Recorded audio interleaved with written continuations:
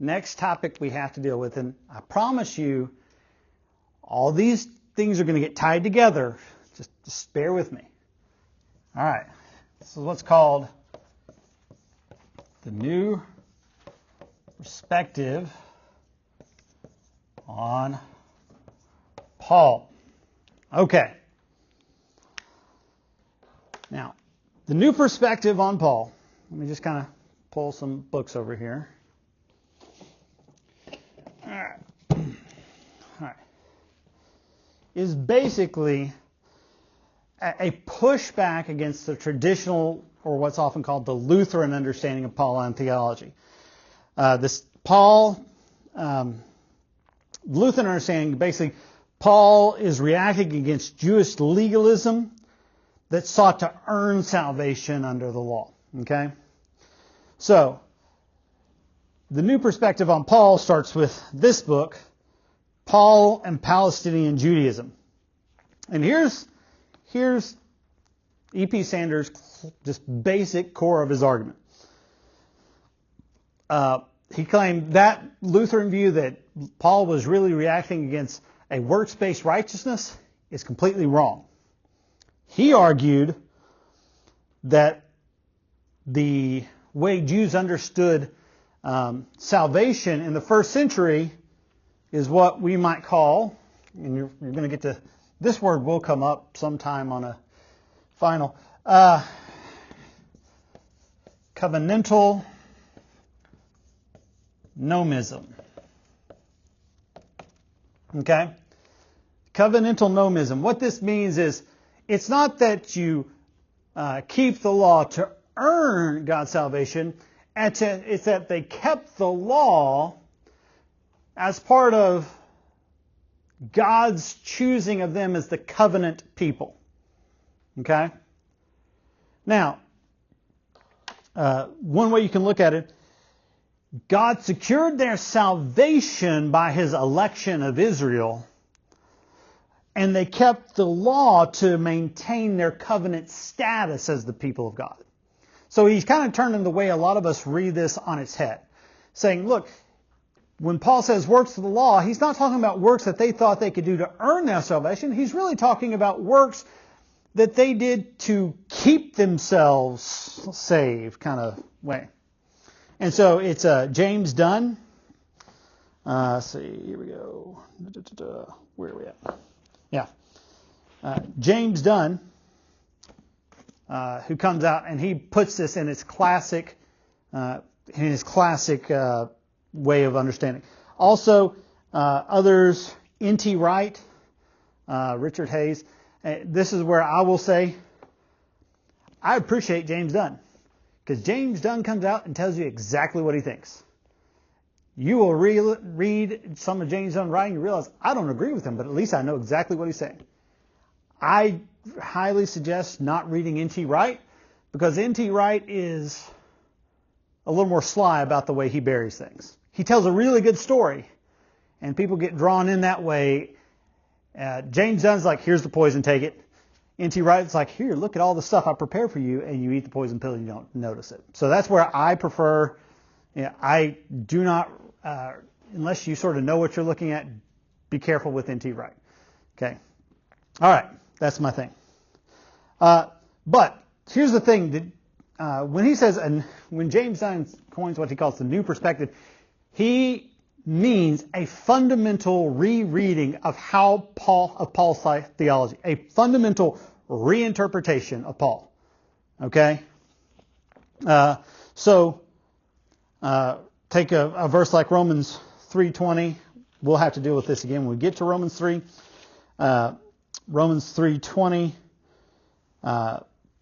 Because by the works of the law, no flesh will be justified in His sight, for through the law comes knowledge of sin. All right. The Reformers saw this as an attack on works righteousness. James said Paul is just attacking Jewish ethnic exclusivism. Okay. Works of the law can't be reduced to works. Law refers to the Jewish Torah. So Torah, he's saying, look, you understand, they understood the Torah is what gave them their Jewish distinctiveness. Therefore, Paul's not claiming a person can't be justified by works. Really, he's saying that a person is justified by maintaining their covenant status, is what he's attacking. I know it sounds a little weird. Just keep pressing on with me, okay? Let's think about the consequences of this ideology here. Paul's theology is read against the background of story. That's really big. If you read into you right, he's big about story and salvation history there. And they remove the individual experience of salvation and says, no, it's all about God's electing of the people of Israel, and this is how you come to be included in the people of Israel. All right. The Reformation contrast between faith and works is a minimum reduce. Probably it's just eliminated completely. Okay, we're going to have to take this. We're going to have to turn this up on its head. Okay, Paul's focus on justification. Now, here's the big one. It shifts from a vertical, us being made right with God, to then a horizontal, us being united together as a people, as part of God's covenant election of a people. And so, effectively, it boils down to it's a challenge to salvation by grace alone, through faith alone, in Christ alone. That's what it comes down to. Now, there have been a lot of pushback on this, thankfully. So, Se-Yoon Kim, he's a good one there. Paul Westerholm, another Se-Yoon Kim there. A lot of good ones there. They've really pushed back on Sanders' work and said, look, you've overplayed your hand. Okay? They say, look, covenantal nomism, this idea of we keep the law to stay in because we are God's people, so we keep it safe, that was part of the Jewish thinking. It's not like it was completely absent. But to claim it's the only paradigm out there is really, really shaky. Even to claim that it was the predominant one was really shaky. Look, just understand. Second Temple Judaism, remember we talked about the fact that there were Essenes, there were Qumran, there was Pharisees. There were different sects. They all viewed themselves differently. And all those things were based around the law. Here's my favorite one, though. There are two big things about E.P. Sanders' methodology that just that's not fair. The first, he said, if there was a passage that seemed to teach works-based righteousness, it had to be understood within the covenant structure of covenantal numbers. It had to be understood within that structure, which, that's kind of nice if you can say, well, that seems to go against my argument. But no, I just get to cover it in the blanket and say it falls under this thing. That's really convenient for you.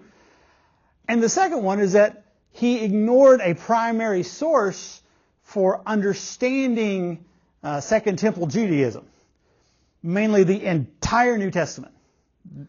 Like he would not read Paul, he would not read Matthew, he would not read any of them, and said, no, it has to be these other documents, some of which could even be later. So, I have a little bit of a problem with that. If you get to say, no, hey, look, that seems to go against you, but I get to cover it in a big blanket that says it's for me, and then I get to ignore all the other things that I'm later going to reread, that's a problem, and you don't get to make those moves. Those are just illicit moves there he makes, so I have a problem with it. Another one is that he dismissed any passage that was homiletical. Any passage that was someone preaching, no, we can't trust that. And the problem is, your pastor, they have a confession. And then they also preach. Now, if you really want to know what your pastor believes, there's his confession. But if his preaching on a given day is really kind of contradicting, which one does he really believe? Right? If he says, I believe this over here, but Sunday after Sunday preaches this over here, well, I think this one's telling me the true story. And again, basically, Sanders says, well, I don't care. So I'm like, well, you're stacking the deck. That's basically what he does there. So really, really, really convenient. Also, we have to question the assumption that the starting point for understanding the law was covenant. Again, keep in mind, all these different sects, so you've got this Qumran sect over here. They claim to be the true Israel. They completely anathematized all mainline Judaism, all the Pharisees, all the Sadducees, just mainline, that they viewed themselves as the people of God. It points to a split there, but what they understood as central to their identity and what made them the true Israel was the fact that they were more stringent about the law. And they were more stringent about obeying them. So I think it kind of moves away from a lot of what Sanders was doing there. So the best way to understand first century Second Temple Judaism, okay, is kind of this synergistic. Let's call it. This means. All right. Soon means together. Ergo means work. So we're working together. Okay. That's what we're going at. If one got in by grace, they stayed in by obedience. That's a big part of how they view it. And what distinguished them from one another within Judaism was how strict they were to the law. Sorry, I'm going to work back there.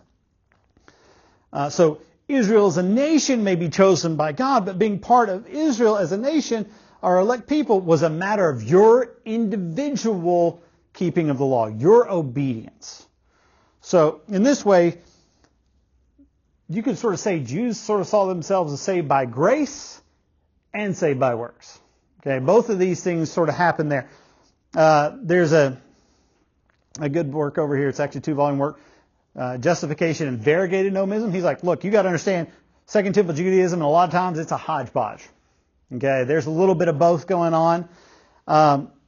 In one sense, they understood that they were the covenant people, and in another sense, they understood we got to work to get God's salvation. They just did that. This is how they understood themselves.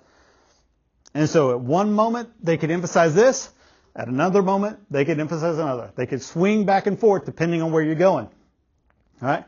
And the Gospels hint at this. Think about, let's just take Matthew. Think about John's preaching at the beginning of his ministry. He says, do not assume that you can say to ourselves, we have Abraham as our father.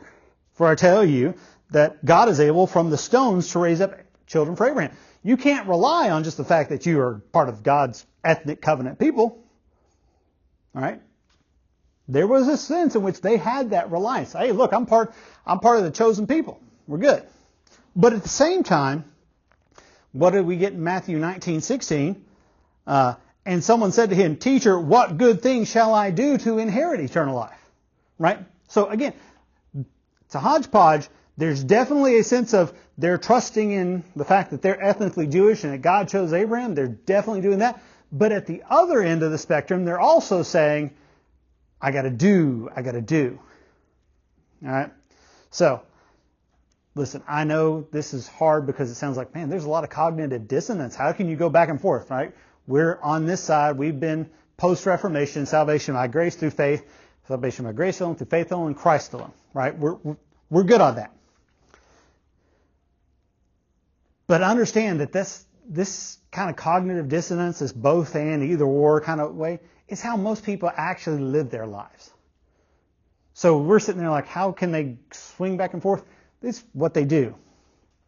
I think the best way to think of this is kind of think about how Americans are split-minded over an issue like abortion. They don't like abortion, but they don't want it to be illegal.